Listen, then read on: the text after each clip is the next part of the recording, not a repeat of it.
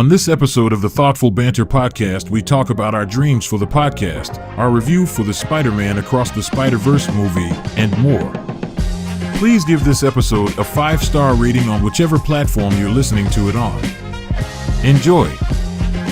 What is going on, guys? Welcome back to the Thoughtful Banter Podcast for episode 38. Yes, sir. Ad-libs. Almost at 50 episodes. Hopefully we can hit that before the end of the year, inshallah. I'm going to let my boy Mac start us off with introducing or shouting out the patrons. And Whose voice? And whose voice? Who are we going to do You today, guys liked it. You guys liked it last time. I think I'm going to go Donald Trump. So shout out to Zero Bay. Shout out to Reza B. Shout out to Dead Man. Dead Man is he's up there. Shout out to Ali Rizvi. Okay, who else? In honor of the indictment, in honor of Trump's indictment, we got a shout out from Trump himself, Mr. Trump himself. Do K-Dot, Kendrick. Yeah, you know what I'm saying? Shout out to Ahmed Salah. Ahmed, wait. Can you repeat his name? I gotta repeat that, John. Shout out to Ahmed Saab, Latifah Barnett, Ali Nufrush, TJM, Justin Mashuvino, Day One, Number One, and Muhammad Safavi. And that concludes our patron shout out. Thank you guys so much for supporting. Again, anything that we do, anything that we buy is as a result of your monetary contributions. But even more important than monetary contributions are your shares and your likes and your support. I've seen this like Instagram video going around recently. It's like, Instagram says that, all these things have to be shared if my shorts are to get more exposure. Even just clicking copy link, you don't even have to send it to anyone, apparently. If you just hit copy link, then the algorithm is like, this is a shareable video. It's being shared by multiple people. So even if you just hit copy link and don't send it to anyone, do it for us, please. Yeah, I would say the best way to support us, like if you want to be very generous, of course, Patreon's there. Patreon. But, if you could just share this episode with just think to yourself, one friend you think might enjoy the episode, just share it with that friend. And if everyone did that, the podcast would have been blown up by now. But I mean, not to sound like ungrateful, but yeah, like that's how it works. No, honestly, you guys surprise me every time we upload.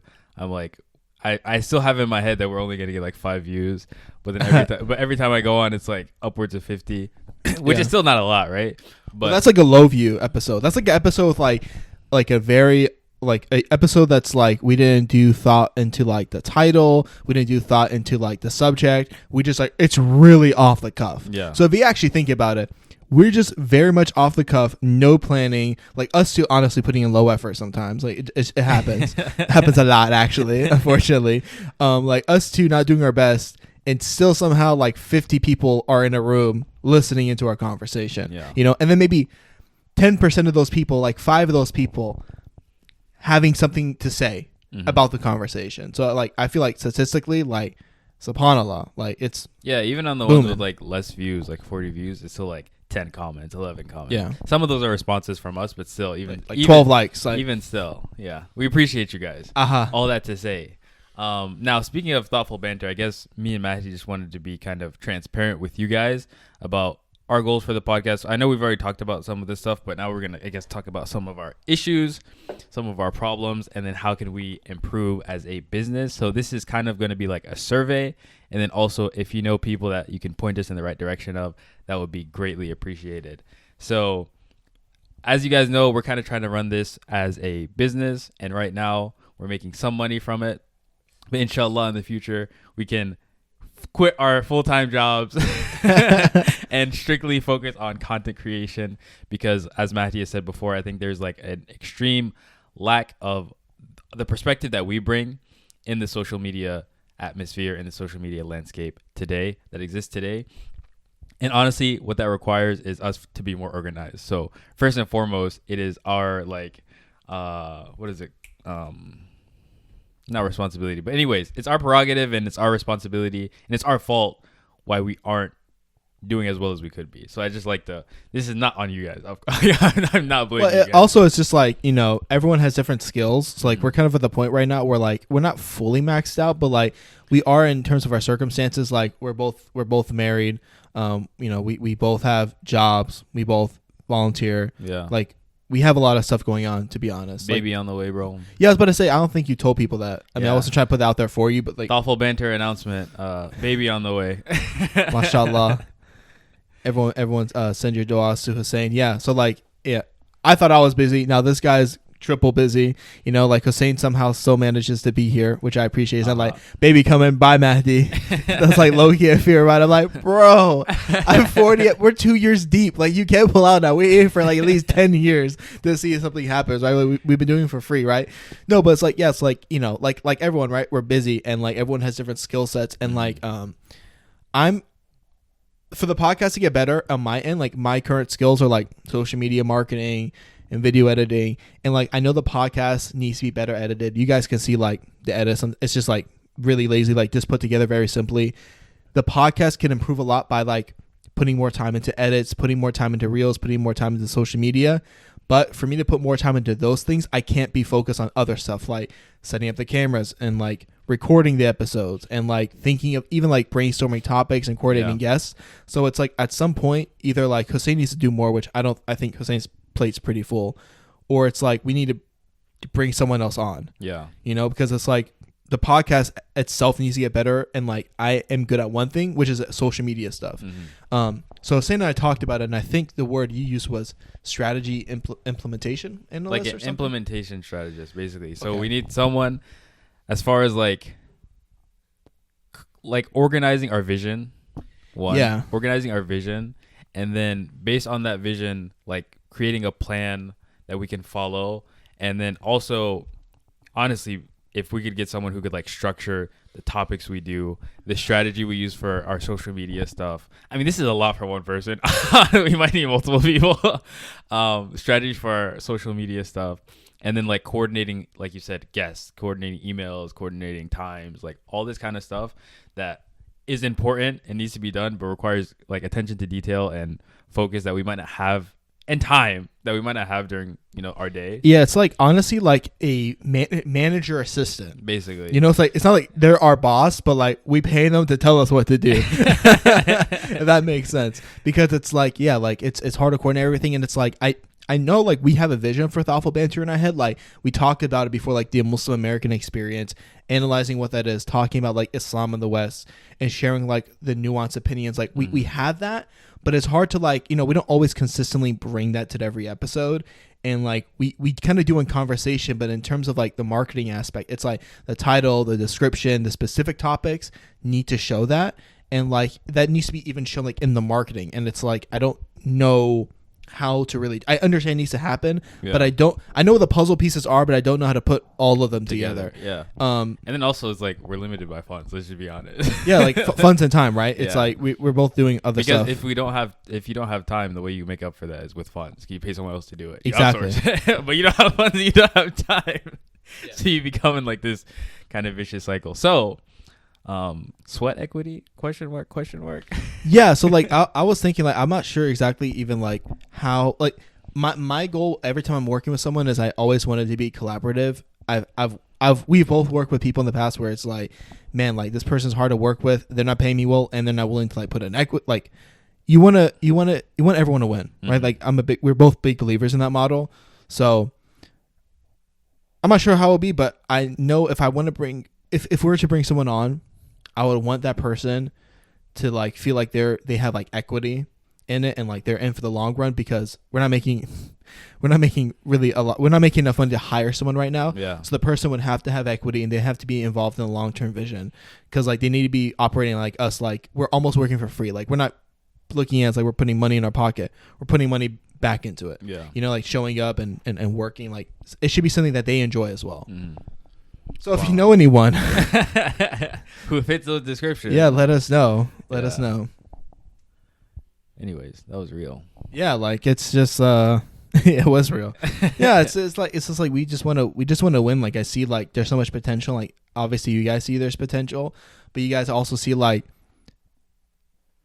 is put together by like duct tape in many ways. Like I'm even looking through like the YouTube right now, the thumbnails and stuff. It's just like, bro, I'm just learning how to do this stuff, bro. Like some of the stuff I really get, and some of the stuff I'm struggling. But like I see like the vision, like especially with episodes with like sheikhing up with Sheikh Fayyaz Jafar, or like, creating sacred spaces with Sheikh Trent, or Zunair episode, or the struggle of being Muslims in the West, like episode 23, how to get married, or episode with Sis Latifa.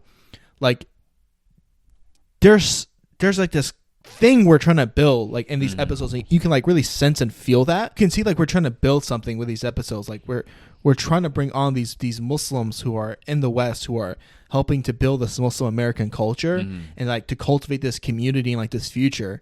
And like that's what we're trying to help build, but, like promote others who we think are doing it right. Yeah.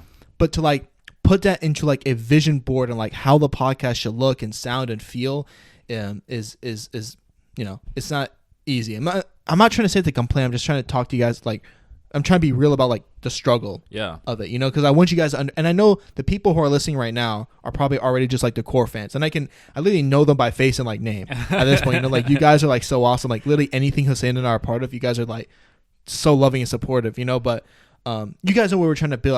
I'm trying to learn to communicate that with others. And I guess what I'm asking for right now is, if you guys have any suggestions, like, tell us, because like I don't know what I'm doing. So let us know. Like, and then of course, like, and we've talked about this before, the long-term vision would be like a collective, really, of like people, like-minded individuals who do all different kinds of things. So we got like some graphic designers, we got some animators, we got some musicians, we have some people who do soundtracks for like short films or whatever. Like, all this stuff, I don't know. This is like, I'm getting excited talking about it, but like, this is the vision, Yeah, it's like, to me, it's like I want it to be like a multimedia collective. And I don't even care if that doesn't materialize to like 15 years later. I literally do not care. Even if Thoughtful Banter stops, like, I don't want it to stop, but even like for some reason say it stops, but someone else takes that and like continues on, like, that's all I care about, for real. Yeah, I do care if it stops. It's not happening, Dean. I must be I mean, gay. I'm not saying I don't care if it stops. I'm saying even if, God forbid, it were to. And I'm on and I think part of the reason this works out is because I'm on the same page with you in terms of like, I don't care how long it takes, because I'm a like, good things don't come easy in life. Yeah, you know what I'm saying? Like, if you're trying to build something, it takes a long time. Like, if you analyze anyone in history who was like doing something worthwhile, didn't care how long it took. They just, you feel like you have to get something done. And I feel like that's what this is. The way I envision it is like, realistically, it's like we have to start. I've worked with like Muslim brands and stuff in the past, and I think a big problem like Muslims make is like they don't think about how to start monetizing from the beginning, and they just start thinking like, if I just start uploading on social media, I'll start getting views, and somehow that end up being money. That's just not realistic. Yeah, like, unless your platform blows up. So like, just to be transparent with you guys, that's why also we think about money too. Like, that's why we started off with a Patreon now, so people can see like from the beginning, organically, we are asking for support. It's like, and you guys might see stuff like, you guys will see stuff in the future, like selling merch, selling stickers, just because it's like, if we want to grow and build, we need income. Yeah, you know what I'm saying? So like, we're trying to get something to bring other people in. Like, if I want to own like a warehouse, have you seen like old school Casey Neistat set up, bro? I want like a warehouse. Oh, he was in a warehouse? No, but it's like a like one of those places with like really high ceilings, like lofts, I guess. But like plenty of like YouTubers, like creative studios, just like warehouses are dope. Yeah, basically, imagine having a warehouse. You could do anything like creative space, and we can just have it like as a collaborative space for everyone. Like, in the warehouse is like one corner for like the podcast. We bring guests in. There's like a LED light, Thoughtful Banter studio. Walk in that joint, you write your name on the wall. Type in everyone who's like a guest. They write the name on the wall. There's like a gym over there. You know what I'm saying? We get some lifting videos going on. If any like other Muslim creators are around, we can collaborate with them. We can like, I don't know, build a network or something. Yeah. I just know like I want to build something. I was gonna say, also, I guess going back to the original point, sometimes it's not even that we don't have the time to spare to do these things. It's like, I don't know what to, like, me personally, I'm just like, I don't even know what to do. Like, where to start. Like, I don't even know what I don't know. Yeah. So I don't know what I don't know is perfect. And it's like, I want to work more. And it's like, I did everything I can do. That was like 4 hours. Yeah. So it's like, that's also a challenge. So you kind of need someone to like illuminate, like, this is all the things you don't know and what you need to start learning how to do. Yeah. Even that would be helpful. Even if it's not like someone to do it for us, but someone to be like, hey, look at this, look at this, look at this, look at this, learn this, learn this, learn this, learn this. And then you can and then this will turn into that. Like, yeah, that will be helpful. Because I think like a lot of where a lot of people get stuck with this game is it's like, oh, I made content and I'm just waiting for someone to watch it, and that feeling kind of sucks because you kind of feel like you lost the power.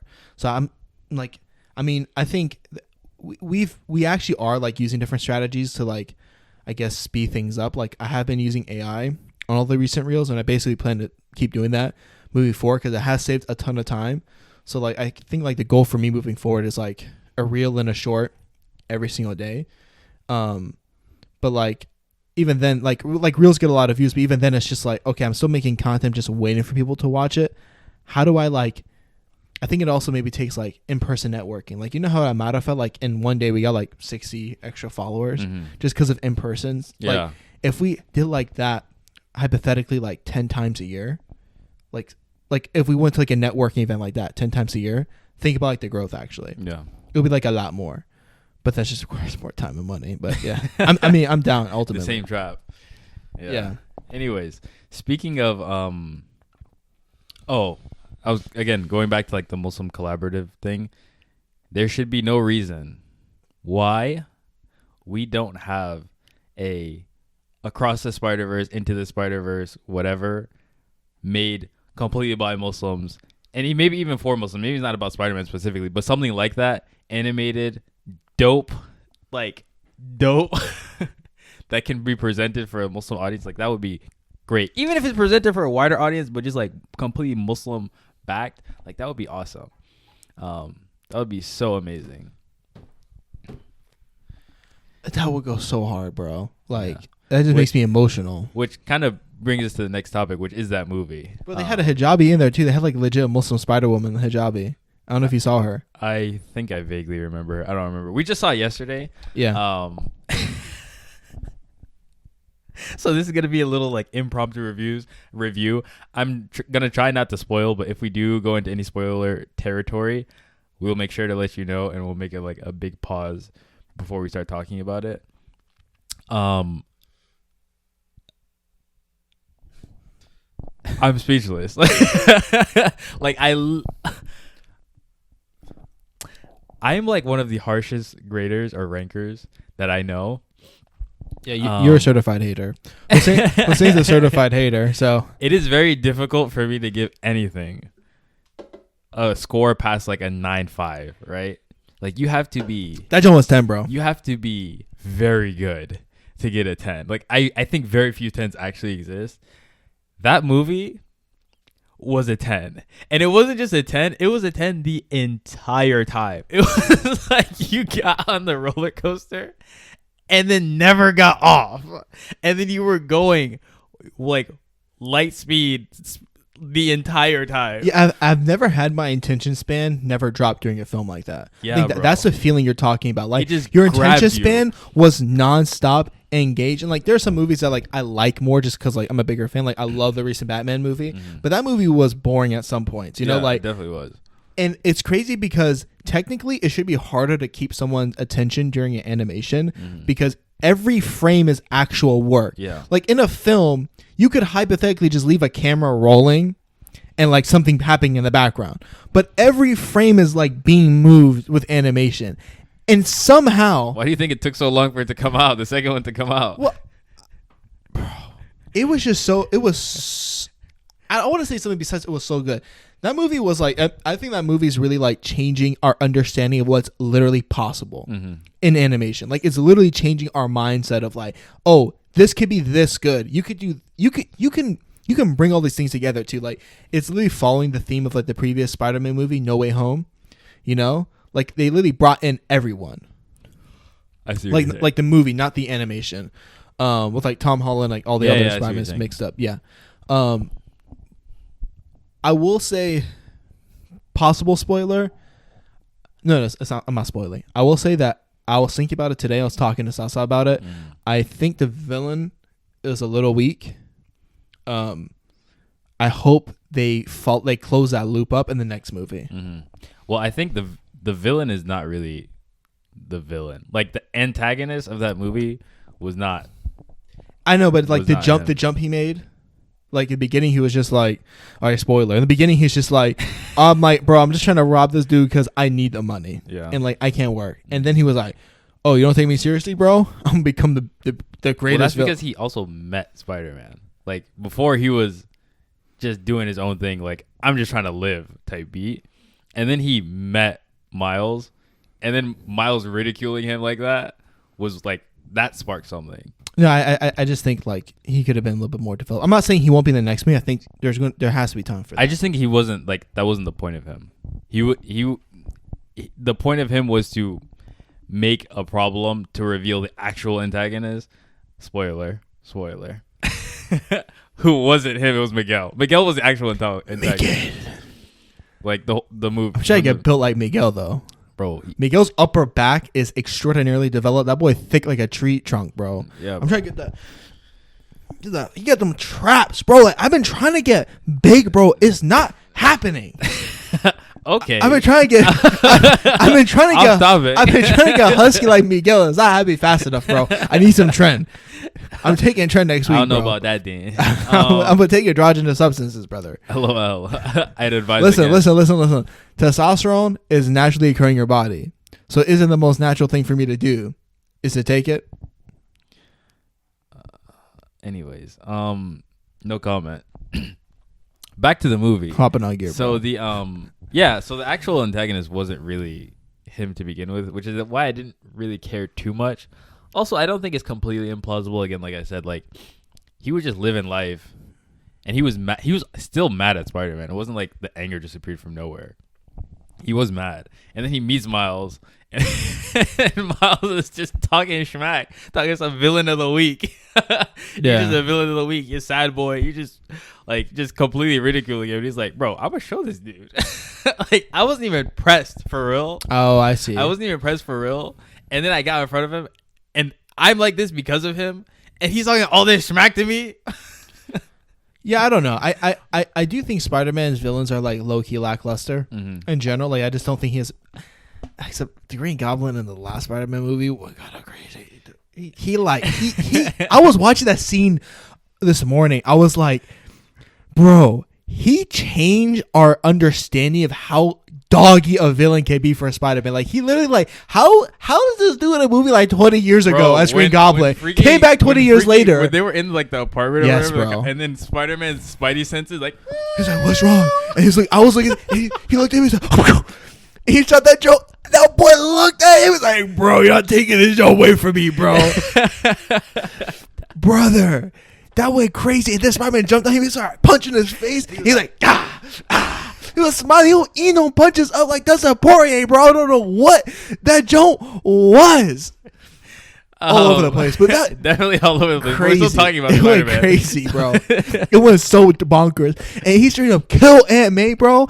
And he stopped the mess out of. Wow, bro, what a crazy villain. Yeah, amazing. Acting goated. Back to Across the Spider-Verse.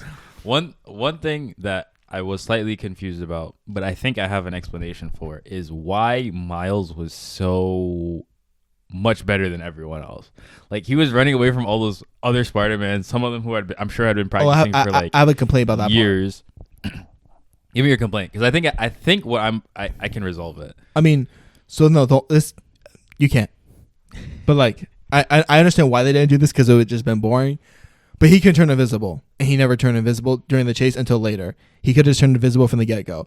But there's a problem with his invisibility power in the movie. He's right behind Gwen, looking at her. He's invisible. He's close enough for her to feel his breath on her hair, and somehow no spider senses are tingling. Like spider senses work. The Spidey senses throughout the entire movie was kind of inconsistent.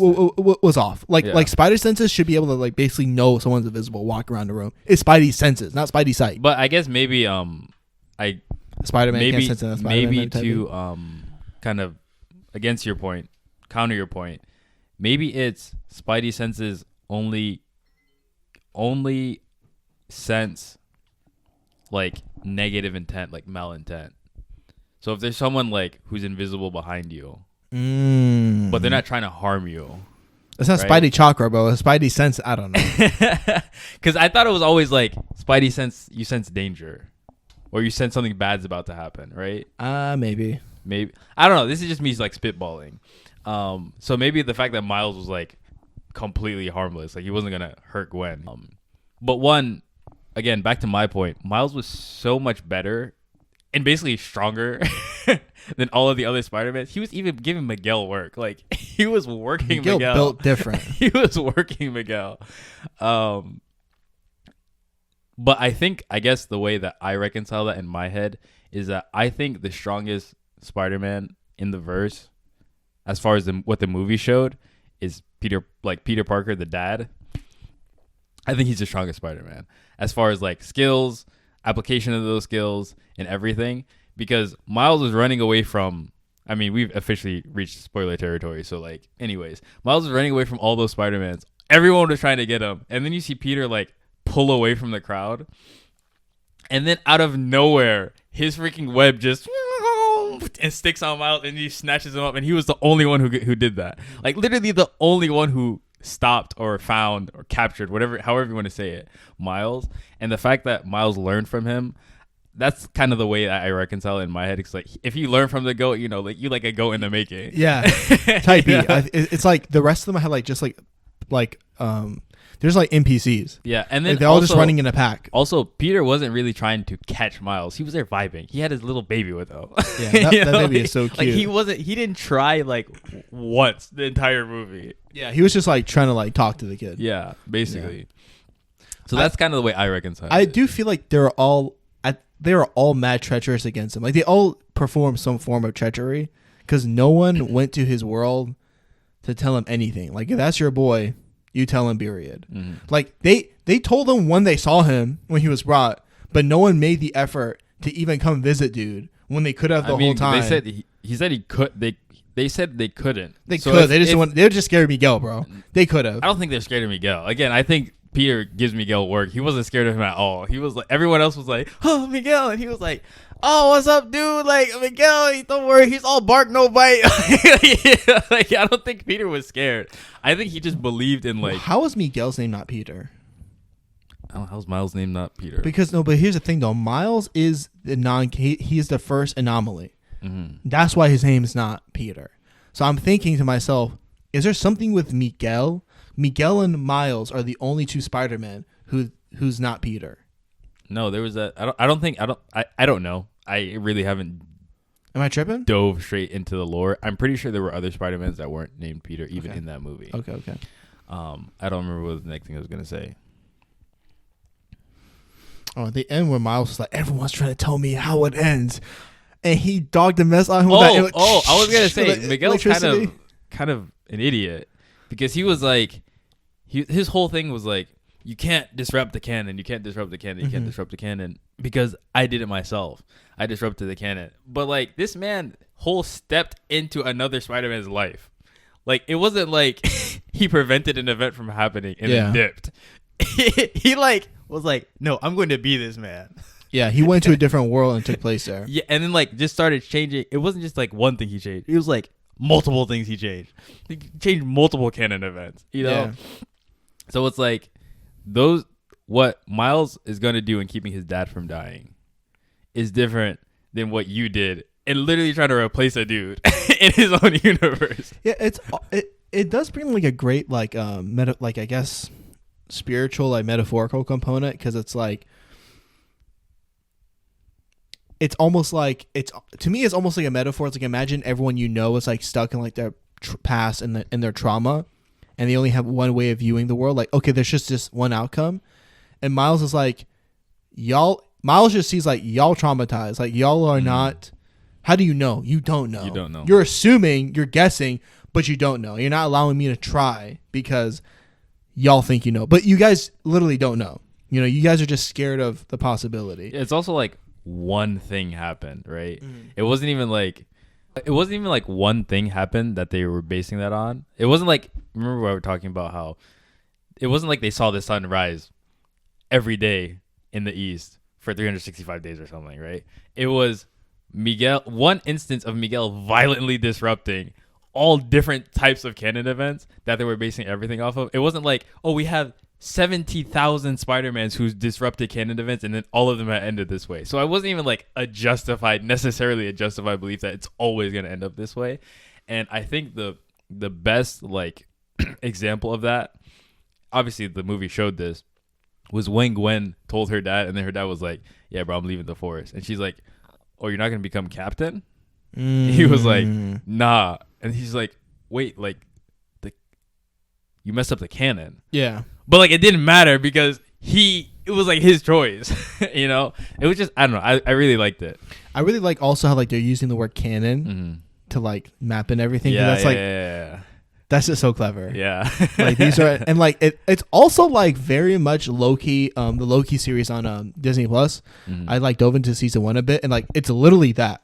Like Loki is part of like this time universe, like time organization, and they just stop anomaly events from happening. But it's just the spider version of that, and I think that's like really dope. I also like how they wrapped up all the other like Spider-Man in it, like even the live action ones. They got in the video game Spider-Man, bro. That went so hard, bro.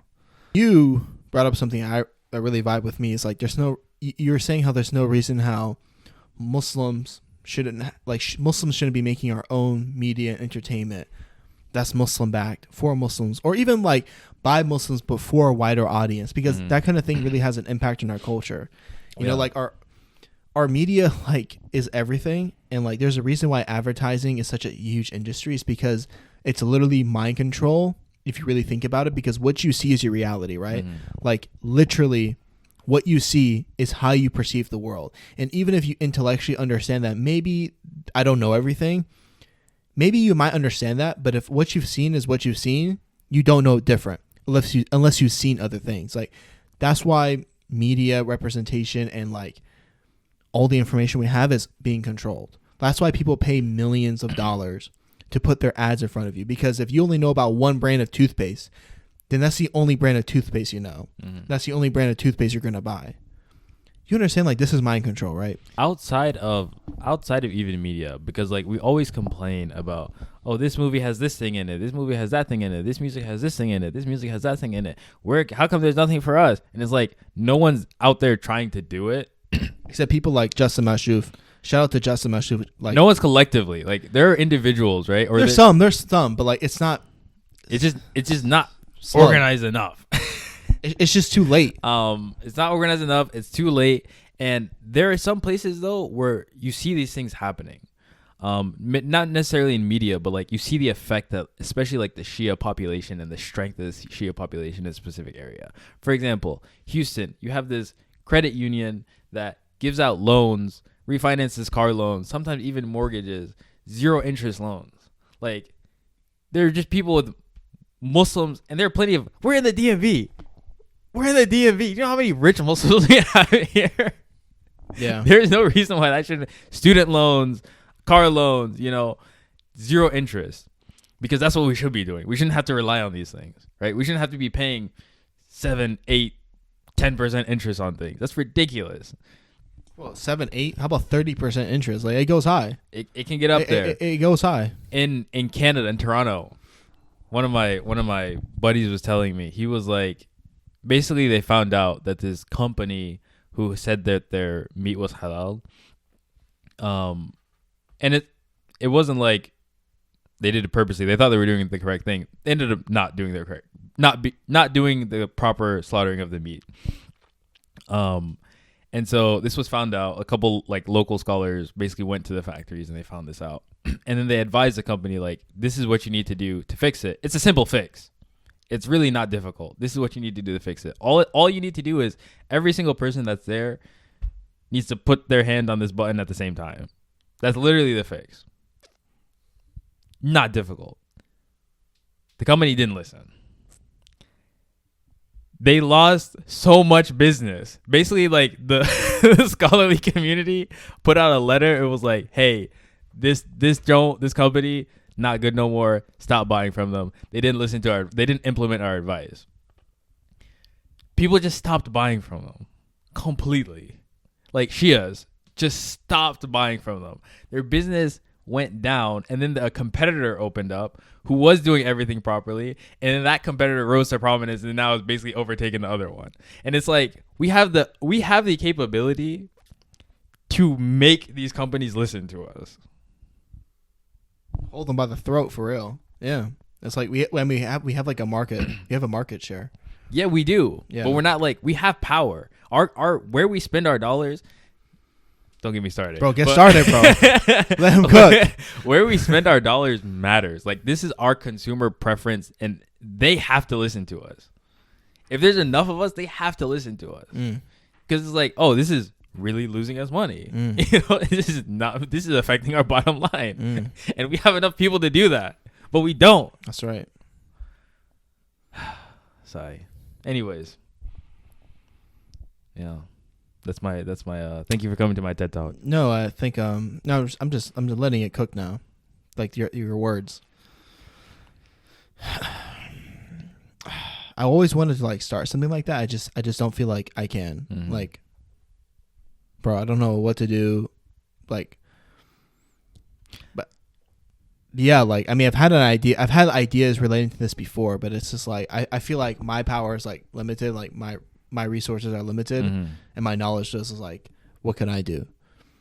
But at the same time, it's like someone has to start something. Yeah, I mean, maybe we started, bro. We started, bro. Screw it. we have to start it, bro, because we're talking about it, and people are listening. We gotta start something. And this isn't scripted, I swear, on God. But like, literally, we see a problem, we're talking about it, it impacts us, and like no one else has done it. The same thing with this podcast, bro. Let's flex our networks, bro.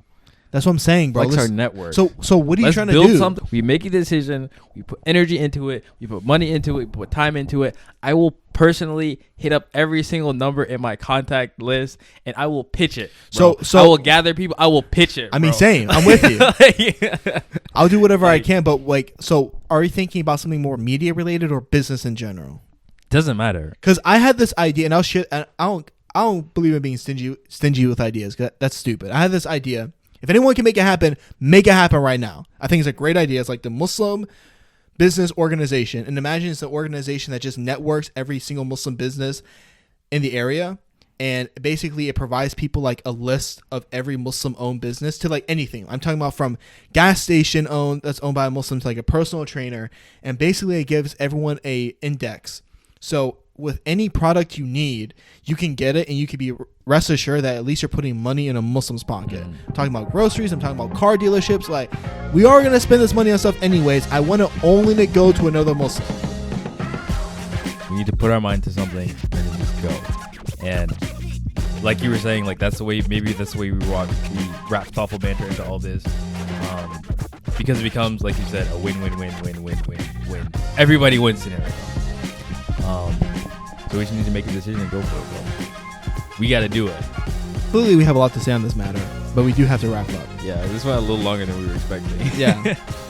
Anyways, thank you guys so much for watching and tuning into episode 38 of Thoughtful Banter. Hopefully, we'll see you guys next week or in the next 2 weeks. And I want to do every week. Every week. Okay, so next week. And hope you guys enjoyed. We out. We out.